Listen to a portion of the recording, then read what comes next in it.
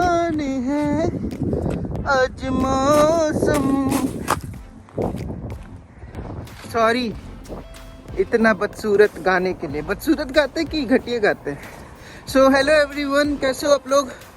आज फिर से ऐसी वीडियो बनानी पड़ेगी, लेकिन मैं डेली वीडियो लाता रहूँगा क्योंकि अपन का स्वैग जो है ना वो डिफरेंट है। क्या हाल चाल है बेटे, मौज कर दी बेटे, सब बढ़िया चल रहा है। बहुत सारे लोगों के अंदर गुदगुदी हो रही होगी ना, कनाडा आना है कनाडा। कभी कभी मेरे दिल में ख्याल आता है गाड़ी ले लेंगे कि ना ले, प्रियांशु भाई गाड़ी कब लोगे। सबके दिमाग में यही क्वेश्चन आ रहा है कि प्रियांशु गाड़ी क्यों नहीं ले रहा और कार बाई करेगा, कौन सी बाई करेगा। मैं क्यों बताऊं। कार बाई करने के लिए आपके पास दो चीज़ें होनी चाहिए, कनाडा का वीज़ा, रोकड़ा। कार बाई करने के लिए आपके पास सिर्फ आपका क्रेडिट स्कोर होना चाहिए बढ़िया सा, और मंथली किस्त भरने के लिए पैसे होने चाहिए। कार कोई भी बाई कर सकता है।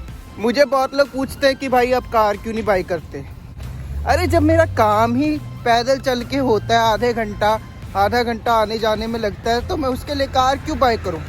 सेकंड चीज़, ग्रोसरी वगैरह का जो खर्चा है, जो ग्रोसरी करता ही नहीं हूँ मैं। ग्रोसरी करने के लिए वैसे भी नो फ्रिज वॉकिंग पे है। तो चलो चलते हैं, आपके साथ थोड़ा एक्सपेरिमेंट किया जाता है ना। क्या शानदार शानदार गाड़ियाँ जा रही हैं। करोला जा रही है, करोला के पीछे फोर्ड जा रही है, फोर्ड के पीछे ये पता नहीं कौन सी गाड़ी है, फिर आगे वॉक्सवैगन, फिर आगे निसान। ये गाड़ियाँ देख के कई लोगों का मन करता होगा यार काश हम भी गाड़ी ले लेते, क्या यार बस उसके चक्कर में। लेकिन आज मैं आपको रियलिटी बताऊंगा, कार कब बाय करनी चाहिए और कार क्यों बाय करनी चाहिए और कार किस लिए बाय करनी चाहिए।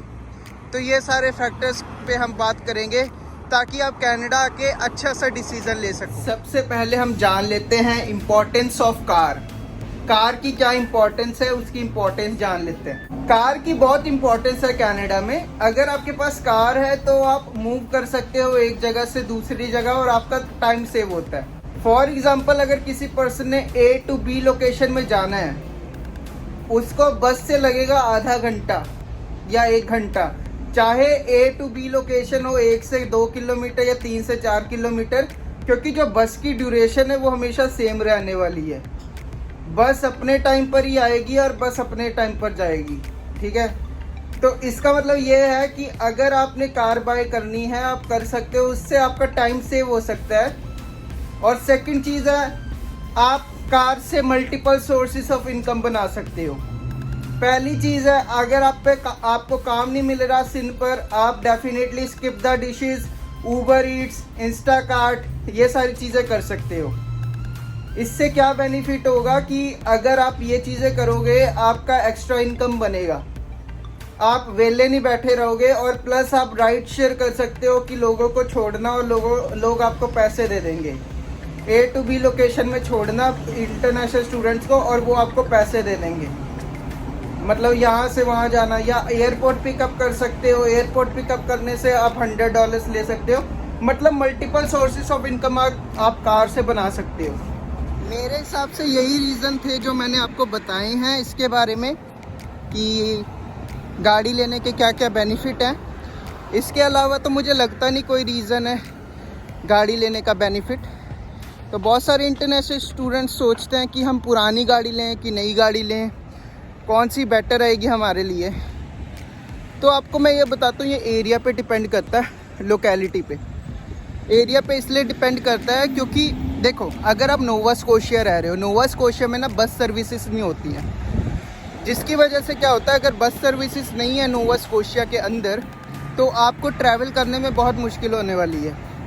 लेकिन टोरंटो जैसी सिटीज़ में बस हर 15 मिनट में आती रहती है। जैसे मेरी आ गई है, पहले मैं बस में बैठता हूँ, फिर वो दूसरी जगह उतर के फिर बात करता हूँ। बस का नाम ले रहा था, बस आ गई, वो देखो तो स्कारब्रो और टोरंटो ऐसी सिटीज़ में ना बस हर 15 मिनट में एक आ जाती है, तो जिसका सीधा सीधा इम्पैक्ट पड़ता है कि अगर आप का जो काम है आधे घंटे के रास्ते पे है तो आप आराम से 1 घंटा पहले तैयार होकर काम पे जा सकते हो। आपको कार लेने की बिल्कुल ज़रूरत नहीं है। लेकिन सबसे बड़ी चीज़ है ना कनाडा में, अगर आपके पास पेशेंस है ना, पेशेंस, तो डेफिनेटली आप सक्सेसफुल होने वाले हो। अगर आप इम्पेशेंट रहोगे ना तो आपके जो डिसीज़न है ना वो हमेशा फ्लक्चुएट करते रहेंगे, आपके डिसीज़न हमेशा बदलते रहेंगे। अच्छा ये कर लेता हूँ, अच्छा यार ये नहीं हो रहा, ये कर लेता हूँ, ठीक है। चलो एक केस ले लेते हैं। मैंने कार नहीं बाई की है और दूसरे पर्सन ने कार बाई की है। उसने नई कार ले ली 24,000 या 25,000 डॉलर की, टैक्स टुक्स डाल के, इंटरेस्ट डाल के पड़ गई 27-28,000 डॉलर की। ज़ीरो डाउन पे, कोरोना चल रहा है तो फिर 0%, ठीक है, 0% इंटरेस्ट पे ले ली। अब उसका मंथली जो एक्सपेंस आएगा वो आएगा $160 बाई वीकली, $250 या $300 गाड़ी की किस्त होगी। Insurance city to city depend करता है। अगर आप ईटोबिको में रहते हो तब तो वो 500 प्लस है इंश्योरेंस, ब्रैम्पटन में रहते हो वहाँ भी 500 प्लस है। लेकिन यहाँ पर क्या है, स्कारब्रो में 400 है, किचनर में 300 है, सिटी पे सिटी डिपेंड करता है। चलो मान लेते हैं वो किचनर रहता है बंदा, तो 300 इंश्योरेंस होगी और मंथली क्या है $200 का एवरेज गैस का खर्चा आ जाता है, तो आपका $800 से $900 खर्चा आएगा, ठीक है। चलो मान लेते वो इंटरनेशनल स्टूडेंट है और वो 20 घंटे काम करता है मन लगा के, और उसकी मंथली बनती है $1,200 या $1,300 बनेगी, ठीक है। बाकी अगर राइड शेयर कर लिया, इधर उधर काम कर लिया, तो चलो 1600-1700 बन जाएगा, प्लस $670 GIC। तो मान लेते $2,000 वो मंथली उसके पास आ जाता है, जिसमें से वो $800 गाड़ी को दे देगा। बाकी बेसिक एक्सपेंस तो मैंने बताया हुआ है। जो बेसिक एक्सपेंस है, रेंट $400 लगा लो मैक्सिमम, और ग्रोसरी लगा लो $100-150, $550 तो ये हो गया। ग्रोसरी के बाद मोबाइल का बिल लगा लो $100-120 वो हो गया। बाकी इधर उधर जाने खर्चा, मिसलेनियस खर्चा लगा लो $100-200 तो वही हो गया। तो मिला के पूरा $800 या $900 आपका बेसिक एक्सपेंस आ गया। और सेकंड चीज़ है जो $800 है वो कार का खर्चा, तो मतलब आपका $1,600-1,700 खर्चा आ जाएगा मंथली। सबसे पहले आपको गाड़ी का खर्चा निकालना पड़ेगा, गाड़ी के खर्चे के बाद अपना बेसिक एक्सपेंस निकालना पड़ेगा। बेसिक एक्सपेंस निकालने के बाद आपका जो पैसा बचेगा वो फीस के लिए जाएगा और आपके पास बचेगा कुछ नहीं, ये ध्यान रखना। और फ्यूचर हमेशा प्रिडिक्ट करके चला करो। फ्यूचर प्रिडिक्ट करके मतलब कि अगर फ्यूचर में कुछ हो जाए, जैसे कोरोना आ गया, बहुत लोगों ने अपनी जॉब छोड़ दी, जॉब से निकाल दिया, ले ऑफ कर दिया। कितने लोगों के पास पैसे नहीं थे, 10-10, 20-20 साल से कनाडा में काम कर रहे थे। नो प्लानिंग एट ऑल, पैसे नहीं थे कि कैसे सरवाइव कर सके,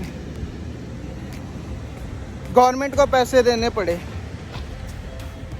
मैं आपको सच बताऊं, आप कहोगे शो ऑफ कर रहा है।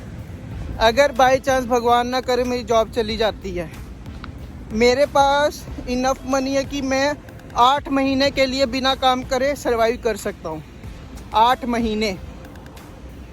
अगर मेरे पास कार होती तो जो मैं सेविंग कर रहा हूँ और मैं लोन भी ना चुका पाता अपना, तो मेरा जो मैक्सिमम खर्चा आता है वो जो स्टूडेंट लाइफ में था वो वर्क परमिट पे हूँ, वर्क परमिट पे भी है। लेकिन डिफरेंस ये है, अर्निंग थोड़ी सी ज़्यादा बढ़ गई है, जिसकी वजह से थोड़ा इजी हो जाता है मेरे लिए। अब मैं कोई भी चीज़ पे पैसे लगाने से पहले सोचता नहीं हूँ, लेकिन मैं इन्वेस्टमेंट भी करता हूँ और उसका ध्यान रखता हूँ। यही रीज़न है मैंने कार नहीं बाय की है। और मैं कार कौन सी बाय करूँगा, मैंने पहले सोचा था कि मैं टेस्ला बाय करूँगा, लेकिन टेस्ला बाय करने के लिए सबसे पहले मुझे अपना बिज़नेस क्रिएट करना पड़ेगा, वो तो PR के बाद ही होगा। तो PR तक नो कार, और अगर मजबूरी होती है लेनी पड़ती है तो $6,000 तक की मैं सेकंड हैंड कार लूँगा और अपनी थर्ड पार्टी इंश्योरेंस कराऊँगा। थर्ड पार्टी इंश्योरेंस बहुत ही मतलब सस्ती होती है as compare to normal insurance, जिसकी वजह से आप का खर्चा गाड़ी का $400 होगा पर मंथ, क्योंकि आप कैश पे तो ले चुके हो गाड़ी। तो मैं यही सजेस्ट करूँगा, अगर आपको कार लेनी है प्लीज़ न्यू कार मत लो। न्यू कार लेने के बहुत ही ज़्यादा बेनिफिट तो हैं, बट डिसएडवांटेज उससे भी कई ज़्यादा है, और वो टाइम टू टाइम पता लगेगा, क्योंकि नई कार की ना वैल्यू डेप्रीशिएट होने लग जाती है। अब खुद सोचो, आप कर्जा चढ़ा रहे हो।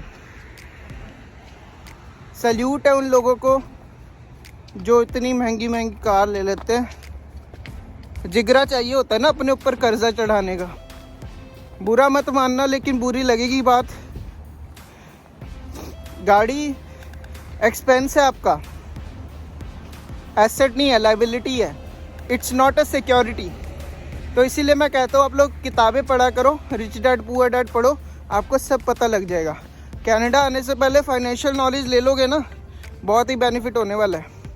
अदरवाइज़ ऐसे ही रह जाओगे काम करते हुए। मैंने बहुत सारे लोगों को देखा है, गाड़ी ले ली है, फुर्सत नहीं मिलती, काम करते रहते हैं, स्किप द डिशेस करते रहते हैं ताकि गाड़ी का खर्चा निकले, बेसिक एक्सपेंस निकले। तो फिर घर वालों का भी तो सोचो ना। घर वालों का जैसे मैंने लोन लिया है वो भी चुकाना है ना। तो घर वालों का पहले सोचो, जब सब कुछ चुका दो, बाद में $6,000 की गाड़ी लो, फिर अपना बिज़नेस स्टार्ट करो। कनाडा के अंदर बिज़नेस स्टार्ट करने से आपकी अर्निंग और बढ़ जाएगी। फिर जब आप आराम से $40-50 हज़ार महीना कमाने लग जाओगे बिज़नेस के थ्रू, तो डेफिनेटली जो कार लो, क्या मस्टैंग, क्या BMW, क्या पोर्श गाड़ी, कुछ भी ले सकते हो। औकात बनानी पड़ती है उसके लिए। औकात बनाने के लिए मेहनत करनी पड़ती है, जो कुछ लोग नहीं करेंगे। इसलिए आपको मिर्च लगी होगी, आई एम एक्सट्रीमली सॉरी। मैं थोड़ा ना कड़वा बोलने लग गया हूँ आजकल, क्योंकि ना मुझे ना ये समझ आ गया कि अगर किसी को ऐसे समझाओगे ना तो उसके मन में आग लगेगी कि ये बंदा बोल कैसे रहा है, मैं भी करूँगा। ठीक है, तो आई होप ये वीडियो अच्छी लगी हो। वीडियो अच्छी लगी तो वीडियो को लाइक कर देना, चैनल को सब्सक्राइब कर देना। I love you all, bye bye, take care. मिलते हैं अगली वीडियो में, ठीक है, चलो बाय।